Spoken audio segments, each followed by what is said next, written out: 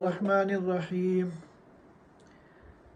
الحمد لله نحمده ونستعينه ونستغفره ونؤمن به ونتوكل عليه ونعوذ بالله من شرور أنفسنا ومن سيئات أعمالنا.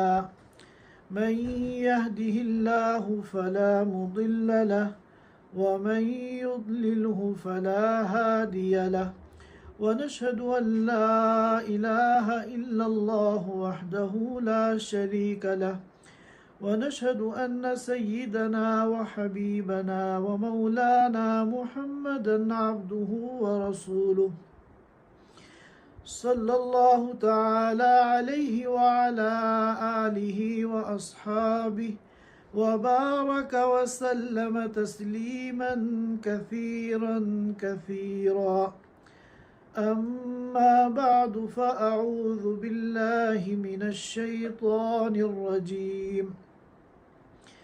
والذين يكنزون الذهب والفضة ولا ينفقونها في سبيل الله فبشرهم بعذاب أليم يوم يحمى عليها في نار جهنم فتكوى بها جباههم وجنوبهم وظهورهم هذا ما كنزتم لأنفسكم فذوقوا ما كنتم تكنزون. صدق اللہ العظیم. محترم خواتین و حضرات، رمضان المبارک کی آمد ہے. شعبان کا مہینہ شروع ہو چکا ہے اور یہ شعبان کا مہینہ جیسا کہ سیرت طیبہ کے مطالعے سے معلوم ہوتا ہے، اللہ کے رسول صلی اللہ علیہ وسلم اور صحابہ کرام اس پورے مہینے کو رمضان کی تیاری کے طور پر گزارتے تھے. ہر اعتبار سے رمضان کے لیے اپنے کو تیار کرتے تھے. اسی لیے اس مہینے میں کثرت سے روزے رکھے جاتے تھے تاکہ روزوں کی ایک عادت ہو جائے، اور اپنے ذہن کو تیار کیا جاتا تھا رمضان میں اللہ کی عبادت کے اندر مجاہدے کے لیے اور ریاضت کے لیے. تو اسی سلسلے میں ہمارا بھی ہر سال یہ معمول ہے کہ شعبان کے مہینے میں ہم ان موضوعات پر گفتگو کرتے ہیں جن کا کسی نہ کسی درجے میں رمضان المبارک کے مہینے سے تعلق ہے. یہی وجہ ہے کہ ہر سال ہم لوگ اس مہینے میں تعلیمی ورکشاپ کرتے تھے بھائی عبداللہ کے گھر میں. اس مرتبہ چونکہ اس کا موقع نہیں ملا اور ترتیب نہیں بن پائی، اس لیے ہم اس تعلیمی ورکشاپ کو، یہ جمعہ کا ہمارا جو پروگرام ہے، اس میں ہم اس کا آغاز کر رہے ہیں. اللہ تعالیٰ اس کو مبارک فرمائے اور دین کو سیکھنے کی اور دین کو سمجھنے کی توفیق عطا فرمائے. آمین. گرچہ شرعی اعتبار سے زکوٰۃ کا تعلق صرف رمضان سے نہیں ہے، بلکہ اس کا تعلق سال کے 12 مہینوں سے ہے، لیکن عام طور پر مسلمان رمضان کے مہینے میں زکوٰۃ نکالنے کا اہتمام کرتے ہیں. اور یہ جو رمضان میں زکوٰۃ کا اہتمام ہے، یہ کوئی بلا وجہ نہیں ہے، بلکہ اس میں بھی زیادہ سے زیادہ اجر و ثواب حاصل کرنے کا لالچ ہے اور حرص ہے.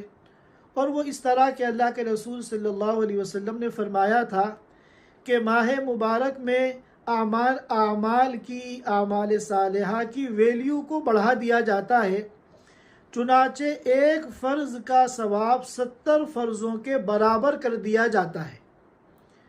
تو بہت سے مسلمان اس فضیلت کو حاصل کرنے کے لیے خاص طور پر رمضان کے مہینے میں زکوٰۃ نکالنے کا اہتمام کرتے ہیں کہ اگر ہم اپنے مال کا حساب لگا کر 1000 ریال زکوٰۃ نکالیں گے تو گویا کہ 70,000 ریال زکوٰۃ نکالنے کا ہمیں اجر و ثواب ملے گا۔ تو اس وجہ سے ہم لوگ بھی رمضان سے پہلے زکوٰۃ کے موضوع پہ گفتگو کرتے ہیں، اور ظاہر ہے کہ یہ زکوٰۃ مستقل ایک عبادت ہے اور اس کے احکام ہیں، اس کے متعلق بہت سے مسائل ہیں، اس کے اندر باریکیاں ہیں، اس میں نزاکتیں ہیں۔ کئی مرتبہ ایسا ہوتا ہے کہ ہم نکالتے ہیں زکوٰۃ پورے ذوق کے ساتھ، شوق کے ساتھ، ثواب کی نیت سے، اللہ کی رضا کے لیے، لیکن مسئلہ صحیح معلوم نہ ہونے کی وجہ سے ہم غلطی کرتے ہیں، اور وہ غلطی ایسی ہوتی ہے جس کی وجہ سے ہماری جو زکوٰۃ ہے وہ صحیح نہیں ہوتی اور اللہ کے یہاں قبول نہیں ہوتی۔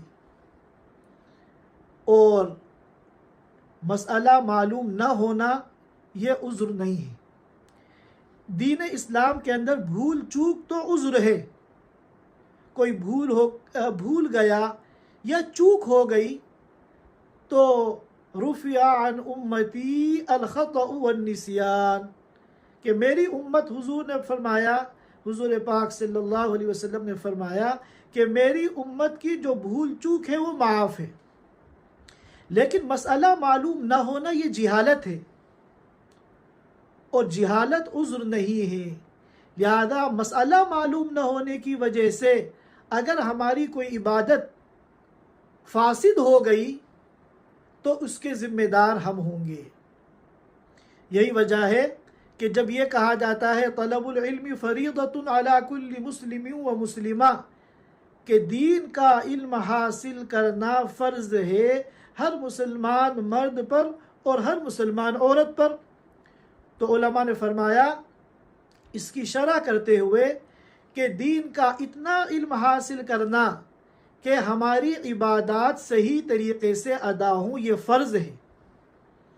لہذا اگر ہمیں مسئلہ معلوم نہیں ہے جس کی وجہ سے ہماری یہ زکوٰۃ والی عبادت خراب ہو گئی، فاسد ہو گئی اور شرعاً صحیح نہیں ہوئی، تو گویا کہ ہم نے زکوٰۃ کے مسائل کو، زکوٰۃ کے احکام کو سمجھنے میں کوتاہی کی، اور یہ کوتاہی کیسی ہے؟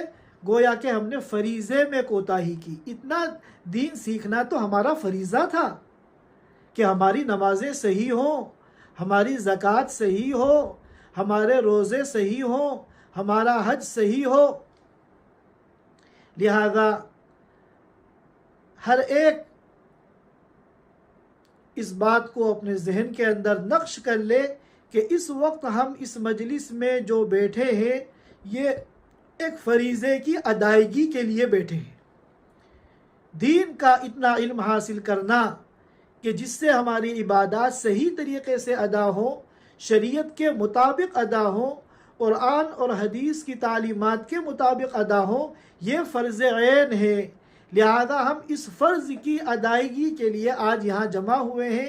اللہ تعالی ہمیں دین کی صحیح سمجھ عطا فرمائے، دین کو سیکھنے کی، دین کو سمجھنے کی، اور اب اللہ اور اس کی رسول کی مرضی کے مطابق دین پر چلنے کی اللہ تعالی ہم سب کو توفیق عطا فرمائے۔ اب یہ زکوٰۃ جو ہے یہ ارکان اسلام میں ایک عظیم ترین رکن ہے۔ ہم قرآن کریم کا اگر مطالعہ کریں تو نہ جانے کتنے مقامات پر نماز کے بعد دوسرے نمبر پر زکوٰۃ کو بیان کیا گیا ہے۔ روزے اور حج وغیرہ کو بعد میں ذکر ہے، زکوٰۃ کا جو ہے وہ نماز کے ساتھ ملا کر اللہ نے ہر جگہ ذکر کیا ہے۔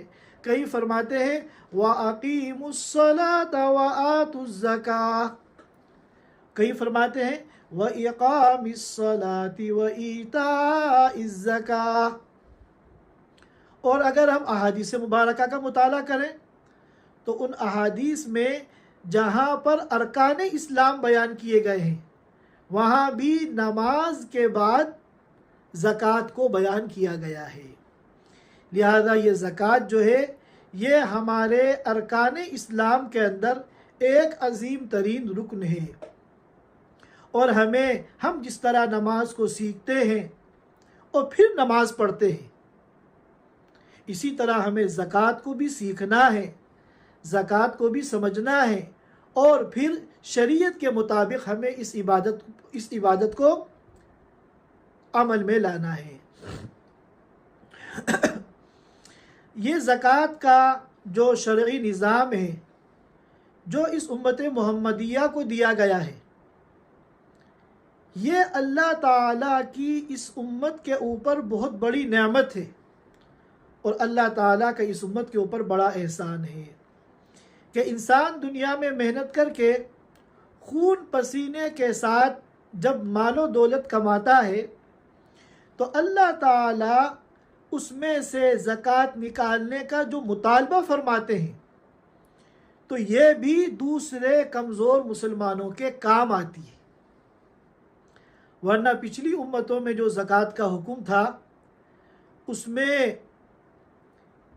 زکوٰۃ کو ادا کرنے کا طریقہ یہ تھا کہ زکوٰۃ کے مال کو الگ کسی مقام پر رکھ دیا جاتا تھا، اور پھر آسمان سے ایک آگ آتی تھی اور وہ اس مال کو جلا دیتی تھی۔ اگر آسمان سے آگ نے آ کر اس مال زکوٰۃ کو جلا دیا، راکھ کر دیا، اس کا مطلب یہ ہے کہ وہ زکوٰۃ اللہ کے یہاں قبول ہو گئی۔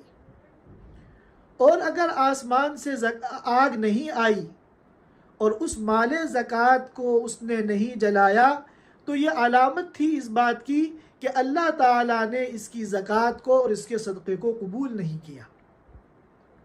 یہی وجہ ہے کہ جب حضرت آدم علیہ السلام کے دو بیٹوں حابیل اور قابیل کے درمیان کسی بات پر اختلاف ہوا تو حضرت آدم علیہ السلام نے ان سے کہا کہ تم دونوں اپنی اپنی زکوٰۃ، اپنا اپنا صدقہ اللہ کی بارگاہ میں پیش کرو، پھر دیکھو کس کا صدقہ اور کس کی زکوٰۃ قبول ہوتی ہے اور کس کا نہیں۔ چنانچہ حابیل نے ایک بکری منتخب کی زکوٰۃ کے لیے اور اس کو ایک مقام پر لے جا کے رکھ دیا، اور قابیل نے کچھ غلہ، اناج، کھانے پینے کا سامان وہ زکوٰۃ کی نیت سے ایک مقام پہ لے جا کے رکھ دیا۔ تو آسمان سے آگ نے آ کر حابیل کی جو بکری تھی اس کو تو جلا دیا، مگر قابیل کا جو غلہ تھا اس کو نہیں جلایا۔ تو اس سے ثابت یہ ہوا کہ حابیل کا جو صدقہ تھا وہ تو اللہ کے یہاں قبول ہو گیا، مگر قابیل کا جو صدقہ تھا وہ اللہ کے یہاں قبول نہیں ہوا۔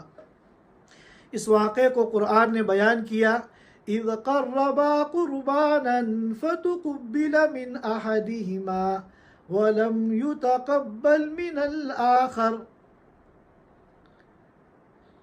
اور اگر ہم اس شریعت کے اندر زکوٰۃ کی ادائیگی کا نظام دیکھیں تو اس میں کتنی آسانی ہے اور کتنی سہولت ہے کہ ہمیں زکوٰۃ کا مال الگ کر کے آسمان سے آگ کا انتظار نہیں کرنا پڑتا کہ وہ آ کے جلائے، بلکہ اس امت کے لیے اوپر اللہ نے انعام فرمایا اور حکم دے دیا، تُؤْخَذُ مِنْ أَغْنِيَائِهِمْ وَتُرَدُّ إِلَىٰ فُقَرَائِهِمْ، کہ یہ جو زکوٰۃ ہے یہ مالداروں سے لی جائے گی اور فقراء کو، غریبوں کو دے دی جائے گی۔ اور یاد رکھیے کہ زکوٰۃ جب انسان نکالتا ہے تو جہاں اس کے اخروی فوائد ہیں، مرنے کے بعد جب ہماری آنکھ بند ہوگی اور ہم میدان حشر میں اللہ کے سامنے کھڑے ہوں گے اور وہاں ہمیں زکوٰۃ اور صدقات کا اجر و ثواب ملے گا تو ہم تمنا کریں گے کاش کہ دنیا میں 1 روپیہ بھی ہم اپنے اوپر خرچ نہ کرتے۔ 40واں حصہ 2.5 یہ تو کچھ بھی نہیں ہے، ہمیں تو چاہیے تھا کہ 100% اللہ کے راستے میں خرچ کر دیتے۔ تو جہاں اس کے آخرت میں فوائد ہیں وہیں زکوٰۃ ایسی عظیم الشان عبادت ہے کہ اس کے بہت سے فوائد، بہت سے ثمرات اور بہت سی برکات زکوٰۃ دینے والا خود دنیا کے اندر محسوس کرتا ہے۔ چنانچہ امام ترمذی نے ایک روایت نقل کی ہے، اللہ کے رسول صلی اللہ علیہ وسلم نے فرمایا ما نقص مال عبد من الصدقہ، کہ صدقہ اور زکوٰۃ سے کسی بندے کا مال کم نہیں ہوتا۔ آج سب کو اپنے ذہنوں سے یہ غلط فہمی نکال دینی چاہیے کہ اگر ہم زکوٰۃ ادا کریں گے تو ہمارا مال نعوذ باللہ کم ہوگا۔ اللہ اور اس کے رسول کا وعدہ ہے کہ زکوٰۃ نکالنے سے کسی بھی بندے کا مال کم نہیں ہوتا۔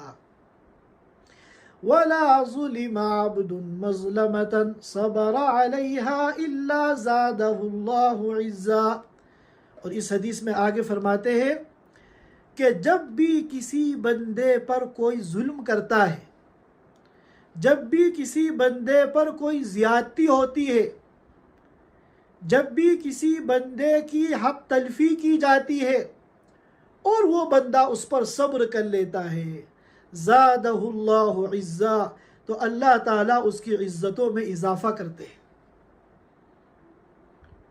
اللہ تعالیٰ اس کو عزت عطا فرماتے ہیں۔ یہ تو ہم اپنی آنکھوں سے دیکھتے ہیں کہ بعض گھرانوں میں، بعض خاندانوں میں، بعض سوسائٹی میں کسی کے اوپر ظلم کیا جاتا ہے، زیادتی کی جاتی ہے، مگر وہ صبر کا پہاڑ بن جاتا ہے۔ تو ایک وقت آتا ہے کہ دنیا اپنی آنکھوں سے دیکھتی ہے کہ اللہ تعالیٰ اس کو عزت عطا فرماتے ہیں اور وہ سرخرو ہوتا ہے اور اس کا بلند مقام ہوتا ہے، اور جتنے اس کو رسوا کرنے والے، ذلیل کرنے والے، ظلم کرنے والے، حق تلفی کرنے والے ہوتے ہیں، جی ہاں، تو ایک دن جو ہے دنیا دیکھتی ہے اپنی آنکھوں سے کہ جس کے اوپر ظلم کیا گیا وہ سرخرو ہوتا ہے، وہ عزت کے اونچے مقام پر فائز ہوتا ہے، اور ظلم کرنے والے ذلیل و رسوا ہوتے ہیں۔ اس کے بعد فرمایا وَلَا فَتَحَ عَبْدٌ بَابَ مَسْأَلَةٍ إِلَّا فَتَحَ اللَّهُ عَلَيْهِ بَابَ الْفَقْرِ، کہ جب بھی کوئی بندہ سوال کا دروازہ کھولتا ہے، یعنی لوگوں کے سامنے سوال کرتا ہے، دوسروں سے مانگتا ہے، اللہ تعالیٰ اس پر فقر کا دروازہ کھول دیتے ہیں، تنگی، غربت، فقر و فاقے کا دروازہ کھول دیتے ہیں۔ تو جن لوگوں کو مانگ تانگ کی عادت ہوتی ہے، ایک دوسرے کے سامنے وہ ہاتھ پھیلاتے ہیں اور وہ مانگتے ہیں، وہ زندگی بھر مانگتے ہی رہ جاتے ہیں، کیونکہ اللہ تعالیٰ نے ان کے اوپر تنگی کا دروازہ کھول دیا ہے۔ اللہ تعالیٰ تو یہ چاہتے ہیں کہ بندے کو جب کوئی ضرورت ہو مجھ سے مانگے، میں دوں گا، میری ذات پر یقین کرے، میرے اوپر یقین کرے، میرے اوپر بھروسہ کرے اور مجھ سے مانگے، دینے والی ذات تو میری ہے۔ اب اللہ تعالیٰ سے جب مانگے گا، اللہ جس کو بھی ذریعہ بنائیں گے، اللہ اس کی ضرورت کو پورا کریں گے۔ اور اس حدیث کا جو پہلا جملہ تھا جس کی وجہ سے میں نے یہ حدیث آپ کے سامنے آج پڑھی ہے، ما نقص مال عبد من الصدقہ، صدقے سے، زکوٰۃ سے کسی بندے کا مال کم نہیں ہوتا۔ یاد رکھیے کہ ہم لوگ اردو میں اور اپنے عرف کے اندر زکوٰۃ کو الگ سمجھتے ہیں اور صدقے کو الگ سمجھتے ہیں۔ زکوٰۃ تو جو سالانہ 40واں حصہ ہمارے مال میں فرض ہوتا ہے اس کو تو ہم زکوٰۃ سمجھتے ہیں، اس کے علاوہ جو ہم اللہ کی توفیق سے خرچ کرتے ہیں اس کو ہم صدقہ سمجھتے ہیں۔ لیکن یاد رکھیے کہ شریعت میں زکوٰۃ صدقے سے الگ نہیں ہے۔ شریعت میں صدقہ، قرآن اور حدیث میں جہاں بھی صدقے کا لفظ آیا ہے تو اس میں سب سے پہلے زکوٰۃ مراد ہوتی ہے، کیونکہ صدقے کی 3 قسمیں ہیں۔ ایک تو صدقہ وہ ہے جو فرض ہے، وہ زکوٰۃ ہے۔ ایک صدقہ وہ ہے جو واجب ہے، جیسے ہم نے نظر مانی، نظر پوری ہو گئی تو یہ صدقہ واجب ہو گیا۔ اور ایک صدقہ وہ ہے جو نفل ہے، جو ہم بطور استحباب اللہ کی توفیق سے خرچ کرتے ہیں اللہ کے راستے میں۔ تو صدقے میں اول نمبر پہ زکوٰۃ ہے، باقی جو قسمیں ہیں صدقے کی وہ بعد میں ہیں۔ لہذا جہاں بھی احادیث میں صدقے کا لفظ آئے گا تو سب سے پہلے اس سے زکوٰۃ مراد ہوگی۔ دوسری جو صدقے کی قسمیں ہیں واجب اور نفل، ان کا درجہ بعد میں ہے۔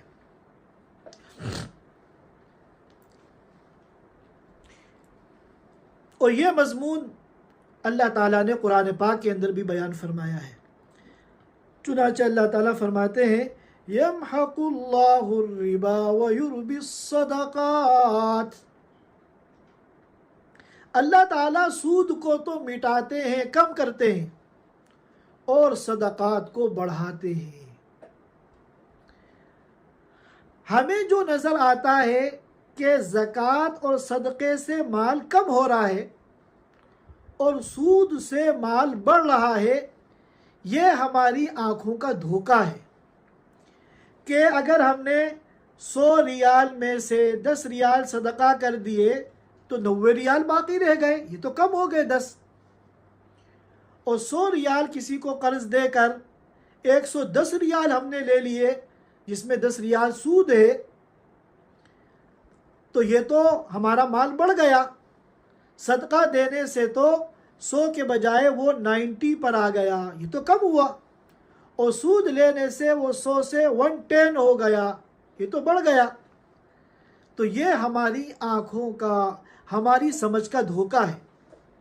اللہ اور اس کے رسول صلی اللہ علیہ وسلم صاف لفظوں میں بیان فرما رہے ہیں کہ صدقے سے مال بڑھتا ہے اور سود سے مال گھٹتا ہے۔ کیسے گھٹتا ہے سود سے اور کیسے بڑھتا ہے صدقے سے، اس کو سمجھنے کی ضرورت ہے۔ دیکھیے، ہم نے اپنے مال میں سے زکوٰۃ نکالی، 100 ریال میں سے ہم نے 1,00,000 روپے میں سے ہم نے 2,500 روپے زکوٰۃ نکال لی۔ اب بظاہر تو رہ گئے یہ 97.5، 97,500، لیکن یہ 2,500 ریال زکوٰۃ نکالنے کی وجہ سے اللہ تعالیٰ نے ہمارے کاروبار میں برکت ڈال دی، ہمارے آمدنی کے ذرائع اللہ نے بڑھا دیے، ہمارے پر آنے والی مصیبتیں اللہ نے ٹال دی، ہمارے جسموں میں آنے والی بیماریاں اللہ نے ٹال دی۔ تو اب اتنا بڑا جو ہمارا یہ فائدہ ہوا ہے، آمدنی بڑھ گئی، آمدنی کے ذرائع بڑھ گئے، مصیبتیں ٹل گئیں، بڑی بڑی بیماریاں ٹل گئیں، تو یہ جو اتنا بڑا فائدہ ہے، یہ 2,500 روپے جو زکوٰۃ نکالی تھی اس کے مقابلے میں 50 گنا زیادہ ہے۔ تو اب بتائیے، حقیقت میں زکوٰۃ نے ہمارے مال کو گھٹایا ہے یا بڑھایا ہے؟ اسی طرح آپ نے 1,00,000 روپے دے کر 1,10,000 روپے وصول کر لیے، 10,000 روپے آپ کو سود کے مل گئے، لیکن اس سود کی نحوست کی وجہ سے آپ کا کاروبار متاثر ہوگا، آپ کا بزنس ٹھپ ہوگا، آپ پہ آفتیں آئیں گی، آپ پر بلائیں آئیں گی، آپ پر مصیبتیں آئیں گی، آپ پہ بیماریاں آئیں گی، جس کی وجہ سے نقصان ہو جائے گا لاکھوں روپے کا۔ 10,000 روپے اگر بڑھے ہیں اور لاکھوں روپے کا لاس ہو گیا ہے، تو بتائیے کہ سود نے ہمارے مال کو بڑھایا ہے یا گھٹایا ہے؟ ایک واقعہ حدیث پاک میں ہے، امام مسلم رحمۃ اللہ علیہ نے صحیح مسلم کے اندر وہ واقعہ نقل کیا ہے کہ ایک آدمی جنگل میں جا رہا تھا، تو اس نے بادلوں میں ایک آواز سنی، بادل کے اندر سے آواز آئی کہ فلاں شخص کے باغ کو جا کے پانی دو۔ اس شخص کا نام بھی لیا، بادل میں سے جو آواز آئی اس آواز میں اس شخص کا نام بھی اس نے سنا، اور پھر اس نے دیکھا فوراً بادل کا ایک ٹکڑا الگ ہوا اور ایک وادی میں جا کے اس نے خوب پانی برسایا اور وہ سارا پانی ایک نالے میں جمع ہوا اور پھر وہ پانی آگے نالے میں بہنے لگا۔ تو جس شخص نے یہ آواز سنی تھی اور یہ سارا منظر دیکھا تھا وہ اس پانی کے پیچھے پیچھے چلا، یہاں تک کہ وہ پانی ایک باغ کے پاس پہنچا، جہاں باغ کا مالک کھڑے ہو کے کھرپے سے پانی کا راستہ اپنے باغ کے اندر بنا رہا تھا، اور وہ سارا پانی اس کے باغ میں جا رہا تھا۔ اس نے اس شخص سے پوچھا، یہ بتاؤ تمہارا نام کیا ہے؟ اس نے اپنا نام بتا دیا۔ تو یہ وہی نام تھا جو بادلوں سے آنے والی آواز میں اس نے سنا تھا۔ تو اس نے پوچھا، باغ کے مالک نے، تم میرا نام کیوں پوچھ رہے ہو؟ تو اس نے پورا واقعہ بتایا کہ میں نے بادل میں سے آواز سنی تھی، تو اس میں تمہارا نام لے کر یہ کہا گیا تھا کہ فلاں کے باغ کو پانی پہنچاؤ۔ اب تم بتاؤ تمہارا ایسا کون سا عمل ہے جس کی وجہ سے غیبی نظام حرکت میں آ رہا ہے اور تمہارے لیے اتنا خصوصی پانی کا انتظام کیا جا رہا ہے؟ تو اس نے کہا کہ میں نے یہ نیت کر رکھی ہے کہ میرے اس باغ میں جتنی پیداوار ہوگی اس کا 1/3 1/3 میں اللہ کے راستے میں صدقہ کروں گا، اور 1/3 میں اپنے اور بیوی بچوں پہ خرچ کروں گا، اور 1/3 جو بچے گا وہ میں اس باغ پہ دوبارہ لگاؤں گا۔ تو یہ ایک واقعہ جو اللہ کے رسول صلی اللہ علیہ وسلم کو وحی کے ذریعے بتایا گیا اور اللہ تعالی اور اللہ کے رسول صلی اللہ علیہ وسلم کے ذریعے ہم تک پہنچ گیا، نہ جانے صبح شام پوری دنیا میں اللہ تعالیٰ کے غیبی نظام کے تحت کتنے ایسے واقعات ہوتے ہوں گے کہ جہاں اللہ تعالیٰ زکوٰۃ دینے والوں کو اور اپنے راستے میں خرچ کرنے والوں کے لیے اللہ تعالیٰ غیب سے تائید فرماتے ہیں، غیب سے مدد فرماتے ہیں۔ اور اسی طرح ایک حدیث میں آتا ہے، مشکات شریف میں یہ حدیث ہے، اور مشکات میں حوالہ کس کتاب کا ہے وہ میرے ذہن میں نہیں، لیکن مشکات حدیث کی معتبر کتاب ہے، اس میں اللہ کے رسول صلی اللہ علیہ وسلم نے فرمایا، بادروا بالصدقہ فإن البلاء لا يتخطاها، صدقے میں جلد بازی کرو، جلد سے جلد زیادہ سے زیادہ صدقہ دینے کا اہتمام کرو، کیونکہ بلائیں صدقے کو پھلانگ کر نہیں آ پاتی۔ سبحان اللہ۔ گویا کہ ہم جو زکوٰۃ دیتے ہیں اور زکوٰۃ کے علاوہ اللہ کی توفیق سے ہم صدقات کا اہتمام کرتے ہیں، یہ گویا کہ حدود بن جاتے ہیں اور آڑ بن جاتے ہیں، اور بلائیں جو آتی ہیں وہ ان کو پار کر کے ہم تک نہیں پہنچ پاتی، یہ ہمارے اور بلاؤں کے درمیان ڈھال بن جاتے ہیں اور بلاؤں کو ہم تک آنے سے روکتے ہیں۔ اور اسی طرح ایک حدیث ہے جس کو امام مسلم رحمۃ اللہ علیہ نے ترمذی شریف میں نقل کیا ہے، ان الصدقہ لتطفئ غضب الرب وتدفع میتۃ السوء، کہ یہ صدقہ جو ہے یہ اللہ کے غصے کو ٹھنڈا کرتا ہے۔ صدقہ اللہ کے غصے کو ٹھنڈا کرتا ہے، وتدفع میتۃ السوء، اور بری موت سے بچاتا ہے۔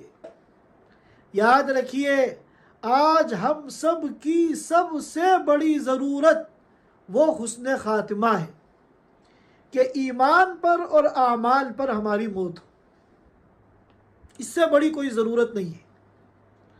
اور اگر آپ زکوٰۃ کا اہتمام کر رہے ہیں، صدقات کا بھی اہتمام کر رہے ہیں، تو اس کا کتنا بڑا فائدہ اللہ کے رسول صلی اللہ علیہ وسلم نے ہمیں بتایا کہ برے انجام سے، بری موت سے، سوء خاتمے سے یہ صدقہ بچاتا ہے۔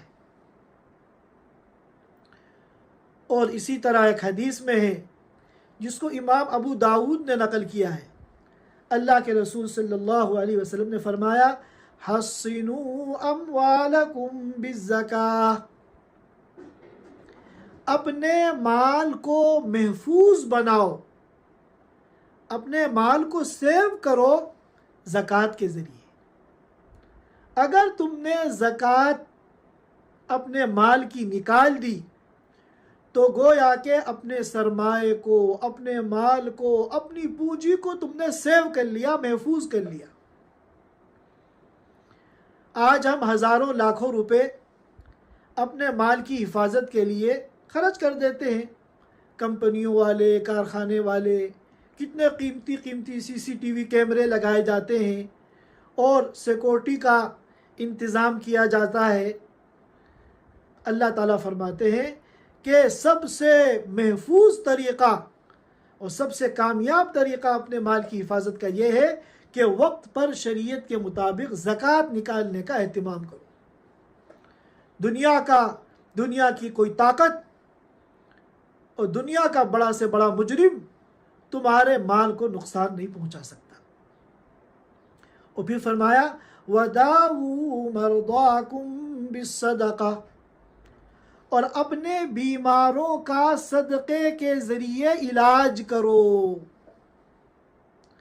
اب اگر کوئی بیمار ہو گیا تو ٹھیک ہے، ہمیں اسباب اختیار کرنے ہیں، ہمیں اس کا علاج کرانا ہے، لیکن جو روحانی سب سے بڑا علاج اللہ نے بتایا ہے وہ کیا ہے کہ صدقے کا بھی اہتمام کرو۔ کیونکہ کتنے اعلیٰ سے اعلیٰ مشینیں اور کتنے اعلیٰ سے اعلیٰ دوائیں اور کتنے اعلیٰ سے اعلیٰ ہسپتال تمہارے بیمار کے علاج میں لگ جائیں، شفا جو آئے گی وہ تو اللہ کے حکم سے آئے گی۔ لہذا اگر تم اس موقع پر بیمار کی شفا کی نیت سے صدقہ کرو گے، تھوڑا بہت یا زیادہ جتنی اللہ توفیق دے، تو انشاءاللہ اللہ تعالیٰ تمہارے اس علاج کو اور علاج کے اسباب کو مؤثر بنا دیں گے اور تمہارے مریض کو شفا ہو جائے گی۔ یہ بہت مجرب عمل ہے جو حدیث پاک میں بیان کیا گیا ہے۔ علماء کرام، بزرگان دین بھی اس کو بہت اہتمام سے بیان کرتے ہیں کہ جب کوئی بیمار ہو تو صدقے کا ضرور اہتمام کیا جائے۔ اس کے بعد اللہ کے رسول صلی اللہ علیہ وسلم نے فرمایا وَاسْتَقْبِلُوا أَمْوَاجَ الْبَلَاءِ بِالدُّعَاءِ وَالتَّضَرُّعِ، کہ بلاؤں اور مصیبتوں کا مقابلہ کرو دعا کے ذریعے اور تضرع کے ذریعے، یعنی اللہ کے سامنے رونے دھونے کے ذریعے۔ جب بلائیں آئیں، جب مصیبتیں آئیں، جب پریشانیاں آئیں، چاہے وہ فردی ہو، کسی شخص پر ہو، یا پورے سوسائٹی پر ہو، پورے معاشرے پر ہو، پوری قوم پر ہو، سب کو چاہیے کہ اللہ تعالیٰ کے سامنے روئیں دھوئیں، اپنے گناہوں سے توبہ کریں اور اللہ تعالیٰ سے عافیت مانگیں، تو اللہ تعالیٰ اپنے حکم سے ان بلاؤں کا رخ موڑ دیں گے۔ اور ایک حدیث میں آتا ہے، اللہ کے رسول صلی اللہ علیہ وسلم نے فرمایا، بخاری اور مسلم کی حدیث ہے کہ روزانہ 2 فرشتے، روزانہ صبح کے وقت 2 فرشتے آسمان سے اترتے ہیں، اور ان میں سے ایک یہ دعا کرتا ہے اللہم اعط منفقا خلفا، اے اللہ جو تیرے راستے میں خرچ کرنے والے ہیں، اللہ کے راستے میں خرچ کرنے کی جب بات آتی ہے تو سب سے پہلے نمبر پہ زکوٰۃ ہے، باقی سب بعد میں۔ ان کو نعم البدل عطا فرما،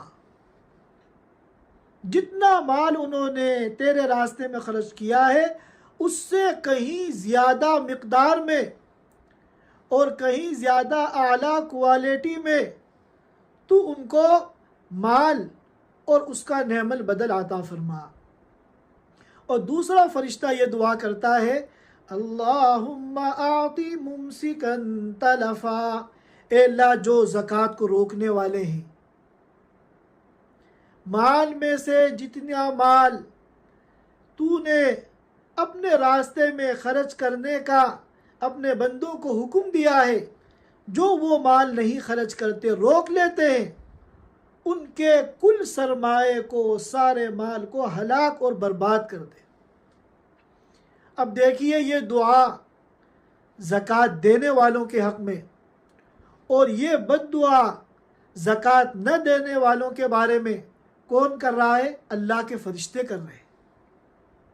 روزانہ صبح 2 فرشتے آسمان سے اتر کے یہ دعا کرتے ہیں۔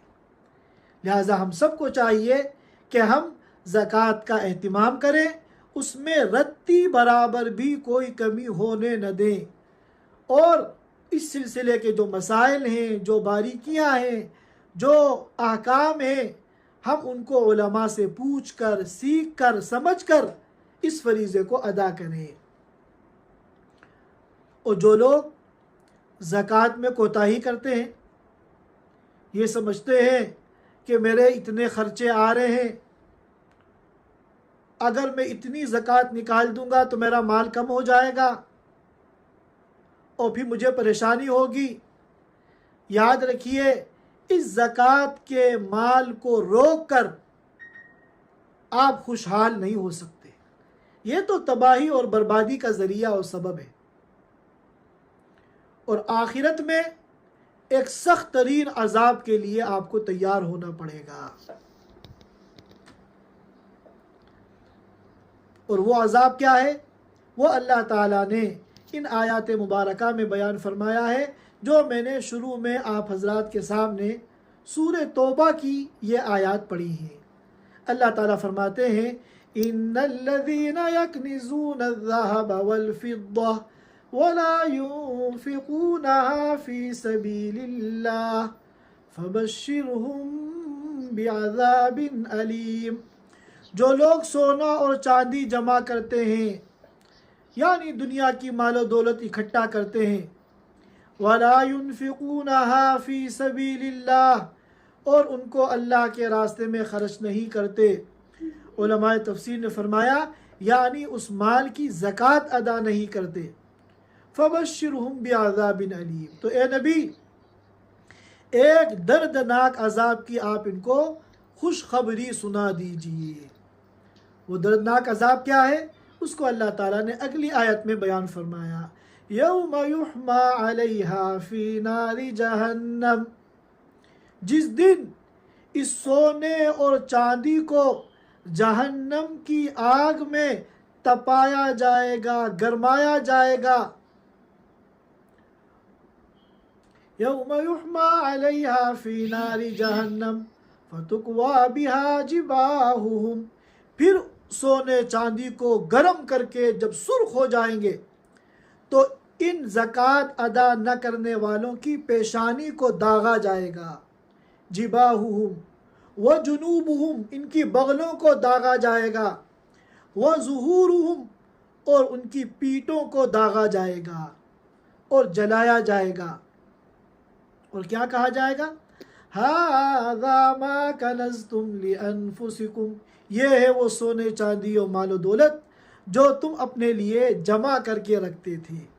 فذوقوا ما کنتم تکنزون، لہذا تم ان کا مزہ چکھو، اپنے اس جرم کی سزا بھگتو جو تم جو ہے دنیا میں ان کو جمع کر کے انجام دیتے تھے۔